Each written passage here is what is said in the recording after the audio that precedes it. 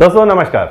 आज बात करते हैं भारत के उस इतिहास की जिसके बारे में या तो लोग भूल चुके हैं या इस बारे में कुछ जानते ही नहीं। दोस्तों हम ये तो जानते हैं कि भारत को सदियों से सोने की चिड़िया कहा जाता था, इसलिए बड़े बड़े लुटेरे दुनिया भर से भारत की ओर खिंचे चले आते थे। मोहम्मद गजनी भी उनमें से एक था जिसने गुजरात के सोमनाथ मंदिर को 17 बार लूटा। पर सोचने वाली बात तो यह है कि सोना भारत की तो खोज है नहीं, तो फिर इतना सारा सोना भारत में आया कहां से और कैसे। जल्दी से तैयार हो जाइए जानने के लिए भारत की एक ऐतिहासिक विडंबना मेरे यानी कि आपके अपने प्रिंस ऑफ इंडिया के साथ। पर वीडियो शुरू करने से पहले दोस्तों मैं आपको एक बात बता दूं, ऐसी खोज करने में मुझे और मेरी टीम को बहुत दिनों की मेहनत लगती है। और जब आप लोग हमारे वीडियोस देखने के बाद में कोई प्रतिक्रिया ही नहीं देते हैं, जैसे लाइक, कमेंट या शेयर, तो हमें समझ ही नहीं आता कि हम आपके लिए और क्या पेश करें। इसलिए दोस्तों आप लोगों से हाथ जोड़कर विनती है कि वीडियो देखने के बाद अपनी प्रतिक्रिया जरूर दें, जो आपके लिए वैसे भी फ्री है और हमारे लिए अमूल्य। अब एक अच्छे व्यूवर की तरह जिन लोगों ने अब तक मेरे वीडियो को सब्सक्राइब नहीं किया है वे सबसे पहले लाइक और सब्सक्राइब कर दें, और मेरे पुराने दोस्त वीडियो को लाइक कर दें। पर हां, कमेंट दोनों को देना है वीडियो के एंड में। दोस्तों गूगल अंकल का कहना है कि रामायण 7000 या उससे कई हजार साल पहले हुई थी, पर गोल्ड की इन्वेंशन तो सिर्फ 4500 साल पहले ही हुई है।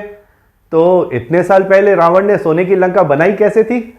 हमारे आयुर्वेदा में भी सोने चांदी के गुणों के बारे में बहुत कुछ लिखा हुआ है। तो क्या हमारे पूर्वज इस धातु के इजाद होने से पहले ही इसके बारे में जानते थे? खैर, आज का विषय इन बातों से थोड़ा अलग है, इसलिए इस बारे में और किसी वीडियो में विस्तार से बात करेंगे। आज का सब्जेक्ट है हिंदू मंदिरों की खूबसूरत संरचना और मंदिरों में रखी सोने की मूर्तियों से लेकर सोने की दीवारों का इतिहास। दोस्तों इस बारे में जानने के लिए हमें सैकड़ों नहीं हजारों साल पीछे चलना पड़ेगा। तो चलिए मेरे साथ। लेकिन चलते चलते आपको एक बात बता दूं दोस्तों, आज का वीडियो थोड़ा सा लंबा जरूर है, पर आज के वीडियो का एंड बिल्कुल नहीं मिस करना, क्योंकि इतिहास जानने से ज्यादा इतिहास से सीखना बहुत जरूरी होता है। तो अगर हम दुनिया के सबसे पुराने मंदिरों की बात करें तो सबसे पहले नाम आता है माता वैष्णो देवी जी का मंदिर, पद्मनाभा स्वामी मंदिर, मुंडेश्वरी मंदिर, कैलाशनाथ मंदिर, बाबा अमरनाथ मंदिर, महाकालेश्वर मंदिर और भी अनगिनत नाम हैं। ये वो मंदिर हैं जो ज्यादातर पहाड़ों को तोड़कर गुफाओं में बनाए गए थे, शहरों से कोसों दूर। ये सारे के सारे मंदिर स्वयंभू हैं। इसका मतलब कि हो सकता है किसी राजा महाराजा ने इस मंदिर को दोबारा बनवाया हो, पर इनका जो स्थान है ये पुरातन काल से नियोजित था और ऐसा हमारे ग्रंथों में भी लिखा है। पहली और दूसरी सदी में जो मंदिर बने वे ज्यादातर बड़े बड़े पत्थरों की संरचना होती थी, जिसमें गर्भ गुफा के ऊपर एक बड़ा सा सिखारा होता था और उसके ऊपर एक तांबे का कलश रखा जाता था। गर्भ गुफा के बाहर एक मंडपम बनाया जाता था जिसमें बैठकर पूजा पाठ और आरती की जाती थी। यह लगभग 3री-4थी शताब्दी से भारत के मंदिरों में बहुत बड़ा बदलाव देखा गया। सदियों पुरानी पत्थर और लकड़ी की कलाकृति जो एक वक्त पे भारत की पहचान थी, दोबारा मंदिरों की शान बनाया गया। आज भी मध्य और दक्षिण भारत में ये मंदिर बहुत प्रचलित हैं। उन्हीं दिनों में भारत का व्यापार दूसरे देश जैसे पश्चिम के देशों के साथ में बढ़ने लगा, क्योंकि भारत की मिट्टी बहुत उपजाऊ थी और भारत के कारीगर भी हस्तकलाकृति में बहुत माहिर थे। क्योंकि उन दिनों में किसी भी देश की कोई करेंसी तो होती नहीं थी, इसलिए भारत के व्यापारियों ने अपने उपज, सामान और कला के बदले परदेशियों से सोने में व्यापार करने का फैसला किया। इसकी वजह यह थी कि उस वक्त पे भी सबसे खूबसूरत और महंगा धातु सोना ही था, जिससे पिघालकर कई सारी चीजें जैसे आभूषण, बर्तन और भी बहुत कुछ बनाया जा सकता था। अब जैसे जैसे भारत की चीजें प्रख्यात होती गई वैसे वैसे व्यापार भी बढ़ता गया, और व्यापार का बढ़ने का मतलब था कि भारत में सोने की आवक बहुत ज्यादा बढ़ गई। उन दिनों राजा महाराजाओं को जो कर दिया जाता था, जिसे हम आज टैक्स कहते हैं, वो भी सोने और चांदी में दिया जाने लगा। और इसी तरह भारत के लगभग सभी राजाओं का खजाना सोने, चांदी, हीरे, जवाहरातों के खजाने से भर गया। दोस्तों आप चाहे यकीन करो या ना करो, पर कई सदियों तक भारत के व्यापारियों ने इसी तरह धंधा किया और हर घर में खुशहाली भी हुआ करती थी तब।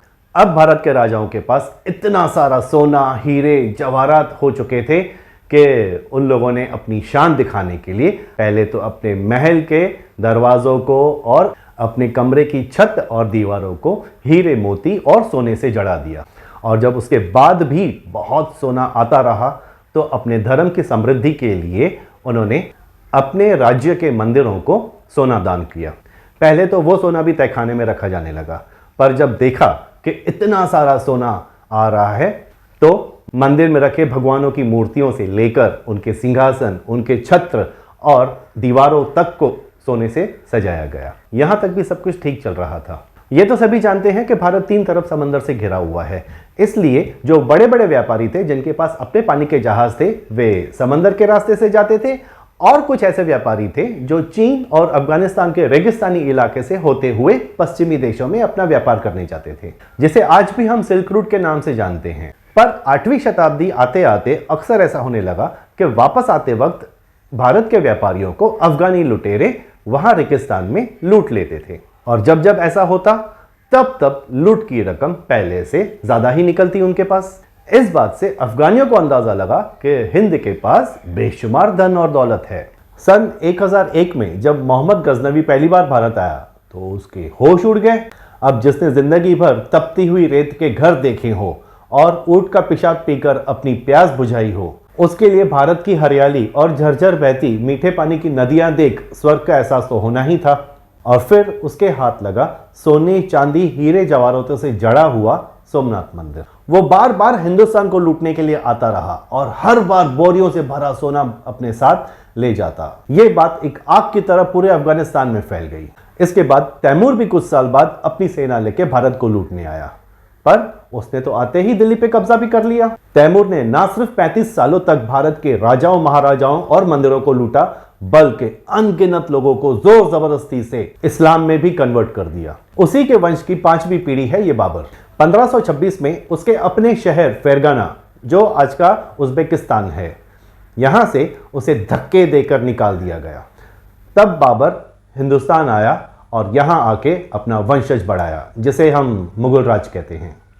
331 सालों तक मुगलों ने भारत को लगातार लूटा, ना सिर्फ धन से बल्कि इज्जत से, स्वाभिमान से और धर्म से भी। धर्म परिवर्तन करने के लिए मुगलों की निर्दयी सेना मंदिर तोड़कर वहां मस्जिद खड़ी कर देती और वहां के लोगों से कहती कि अब इसे पूजो वरना मार देते।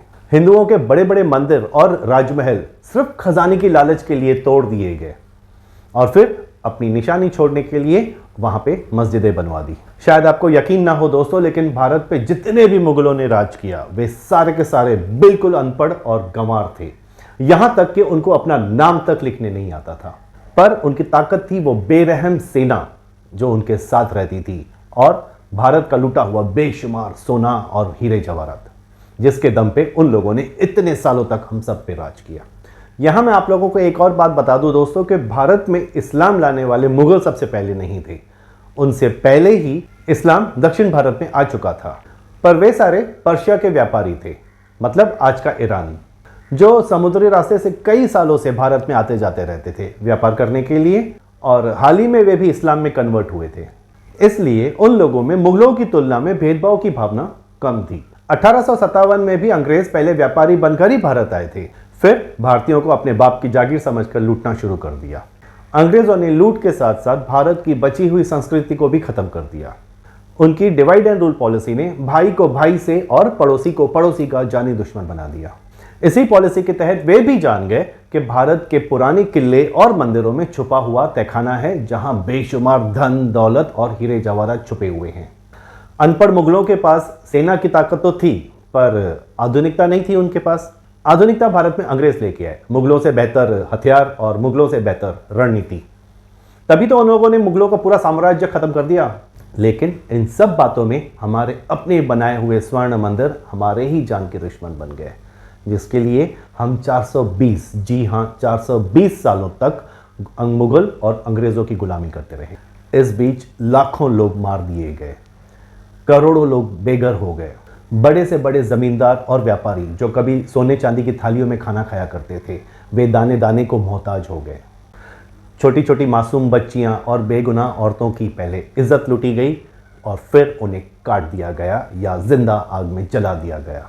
अपने ही देश में स्वतंत्र जीने के लिए हमारे वीरों को अपनी जान का बलिदान करना पड़ा। माफ कीजिएगा, लेकिन इतने सारे त्याग करने के बाद भी आज तक हम हिंदू नहीं सुधरे हैं, क्योंकि हम दोबारा वही गलती कर रहे हैं और इसकी सजा हमारे आने वाले पीढ़ियों को फिर से सदियों तक भुगतनी पड़ेगी। आज़ादी के 75 साल बाद हम तरक्की तो कर गए, पर आज भी हमारी सोच पुरातनी है, क्योंकि आज भी हम यही सोचते हैं कि हम जितना ज्यादा भगवान को दान देंगे भगवान उतना ही बढ़कर हमें देंगे। दोस्तों, क्यों नहीं समझते कि भगवान को आपके दान की नहीं, आपकी आस्था की जरूरत है। आपके मन में भगवान का विश्वास होना बहुत जरूरी है। और वैसे भी आपको क्या लगता है, मंदिर में चढ़ने वाली करोड़ों की भेंट क्या भगवान बैठ के इस्तेमाल करते हैं? जी नहीं, उस दान का एक बड़ा सा हिस्सा सरकार छीन ले जाती है, दूसरा हिस्सा उस एरिया के संतरी मंत्री और पुलिस हजम कर जाती है, तीसरा हिस्सा मंदिर की ट्रस्ट हड़प कर जाती है, चौथा मंदिर के पुजारी साफ कर जाते हैं, और इसके बाद भी अगर कुछ बच जाता है तो उसे मंदिर के म्यूजियम में जमा कर दिया जाता है, जिसे मौका मिलते ही चौगुनी पांचगुनी कीमत पे बेच दिया जाता है। दोस्तों, मैं किसी मंदिर में दान करने के खिलाफ बिल्कुल नहीं हूं, लेकिन मंदिरों के अलावा भी हमारे देश और समाज में ऐसे काफी सारे लोग हैं जिन्हें हम जैसे दानवीरों की जरूरत है। और वैसे भी हम हिंदुओं में दान करना तो परम पुण्य माना जाता है, पर दोस्तों दान उसी को करो जिसको सच में उसकी जरूरत हो, जैसे भूखे को खाना, प्यासे को पानी, ठंड से कांपते हुए को कंबल और धूप से तपते हुए को साया। यही तो हिंदू धर्म की सुंदरता है। बहुत ही संघर्ष और बलिदान करने के बाद हमें आज का खुशहाल भारत मिला है। इसे दोबारा फिर किसी की नजर न लग जाए, इसलिए इस वीडियो में कही हुई हर बात के ऊपर गौर जरूर कीजिएगा। वीडियो अगर पसंद आया हो तो लाइक और शेयर जरूर कर देना, और हाँ, जाने से पहले कमेंट बॉक्स में अपनी प्रतिक्रिया जरूर लिखते जाइएगा। मैं जल्दी ही फिर मिलूंगा आपसे, तब तक के लिए जय भारत।